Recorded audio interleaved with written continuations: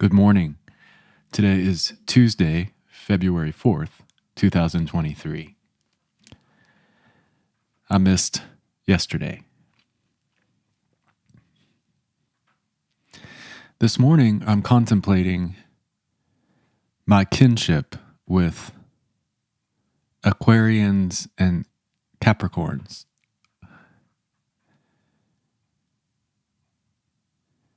Growing up, I was made aware that I'm a Taurus.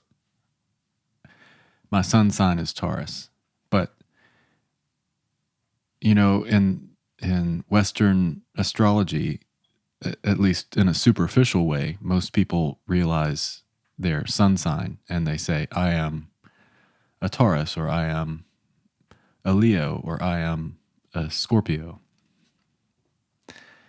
But that's really not adequate. I'm learning. I'm in the beginnings of my dive into the fascinating realm of astrology. As I've gotten into it a little bit more, I've learned that I'm an Aquarius ascendant, Aquarius rising. And I've often thought, as I'm researching the implications of this, I've often thought, gosh, that would have been nice to know. Because, growing up, I heard about the age of Aquarius, and I sort of, I guess, understood it in a superficial way again. But I didn't think it related to me in a more meaningful way, so I didn't really look into it. But now that I know that I'm an Aquarius ascendant, I've gotten to know the Aquarian energy a little bit more. And maybe this is just a natural part of getting older and maturing, and maybe I found the information at actually precisely the right time. But Harry Styles won the Grammy for Album of the Year, and I like his music pretty well, but I kind of relate to him energetically as a person. We all have people in life that you just think, gosh, this person feels familiar to me, or I kind of relate to them. I've watched some interviews with him and kind of observed his mannerisms, and I relate to Harry Styles, and he's an Aquarius sun. So I'm starting to kind of notice these patterns, and a lot of people that I count as friends are Aquarians. And then I've also realized that a lot of the female friends in my life,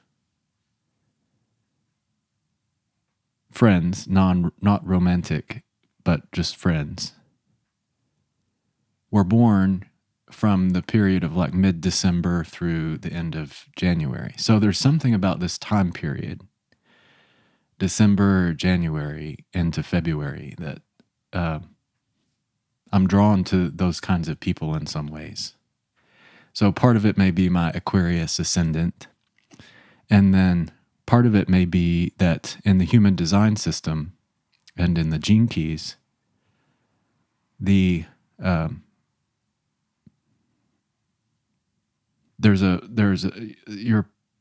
don't know how to, I've got to figure out a better language to express what happens with these two systems, but basically there's your natal situation, the energy of the moment of your birth, and then there's this sort of design side, or this subconscious energy that is calculated from a moment around 3 months or 88 degrees before your birth moment. And that's an integral part of your body graph, or your gene keys hologenetic profile. And so, interestingly, my design, if you look at my design side, that energy is Aquarian. It's the energy of an Aquarius. So because I was born in late April, that moment, 3 months or 88 degrees before my birth moment, lands in this season, this Aquarius season. So I'm expressing all of this to say I'm at the tip of the iceberg of my exciting dive into what it means to be an Aquarius or have an Aquarius ascendant, what it means to relate to Aquarians and Capricorns, what it means to avoid other signs. I'm learning a lot. And I also wanted to recommend, I recently read a really great video that just generally described the energy of Aquarius. And I'm going to share that with you. I'll put the link in the description of this video. If you're curious to know more about this age of Aquarius and what it means for us on an individual and a collective level, you may give that a listen, because I am not doing a very good job at it. So that'll be the contemplation for today. I just wanted to share briefly my relationship with this Aquarius energy. And if you have any thoughts on it, or if you relate, I appreciate it if you go ahead and share and post in the comments. And I will leave it there for today and look forward to connecting with you all again tomorrow.